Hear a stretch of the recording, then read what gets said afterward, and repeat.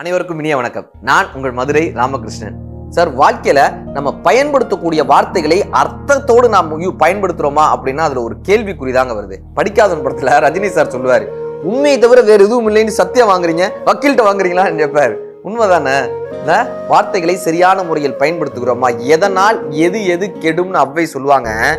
பாராத பயிரும் கெடும், பாசத்தினால் பிள்ளை கெடும், கேளாத கடனும் கெடும், கேட்டுவிட்டால் உறவு கெடும், ஓதாத கல்வி கெடும், ஒழுக்கம் இல்லாதான் வாழ்வு கெடும், சேராத இனமும் கெடும், சிற்றின்பத்தால் பேரும் கெடும், நாடாத நட்பு கெடும், நயமில்லாதான் சொல்லும் கெடும், பணத்தினால் அறமும் கெடும், கடன்பட்டால் வாழ்வும் கெடும், கண்டிக்காத பிள்ளை கெடும், சினத்தினால் அறமும் கெடும், பிரிவினால் இன்பம் கெடும், சிற்றின்பத்தால் பேரும் கெடும், மோகத்தினால் முறைமை கெடும், முறையற்ற உறவும் கெடும், அச்சப்படும் வீரம் கெடும், அறியாமையினால் முடிவும் கெடும், உழைக்காத உடலும் கெடும், உழுகாத நிலமும் கெடும், இறைக்காத கிணறு கெடும், இயற்கை அளிக்கும் நாடும் கெடும், இல்லாத வம்சம் கெடும், இரக்கம் இல்லாத மனிதம் கெடும், தோகையினார் துறவு கெடும், துறவில்லாத வாழ்வு கெடும், ஓய்வில்லாத முதுமை கெடும், ஒழுக்கம் இல்லாத பெண்டிர் கெடும், அளவில்லாத ஆசை கெடும், அச்சப்படும் வீரம் கெடும், உண்மையில்லா காதல் கெடும், உணர்வில்லாத இனமும் கெடும், செல்வம் போனால் சிறப்பு கெடும், சொற்பிரண்டால் பேரும் கெடும், தூண்டப்படாத திரியும் கெடும், தூற்றி பேசினால் உரையும் கெடும், காய்க்காத மரமும் கெடும், காடழித்தால் நாடும் கெடும்,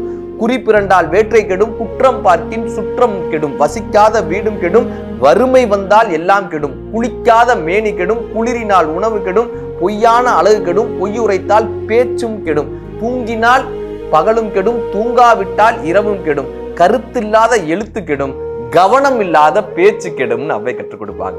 நாம் பேசும்போது அந்த வார்த்தையை சிந்தித்து பேச வேண்டும்.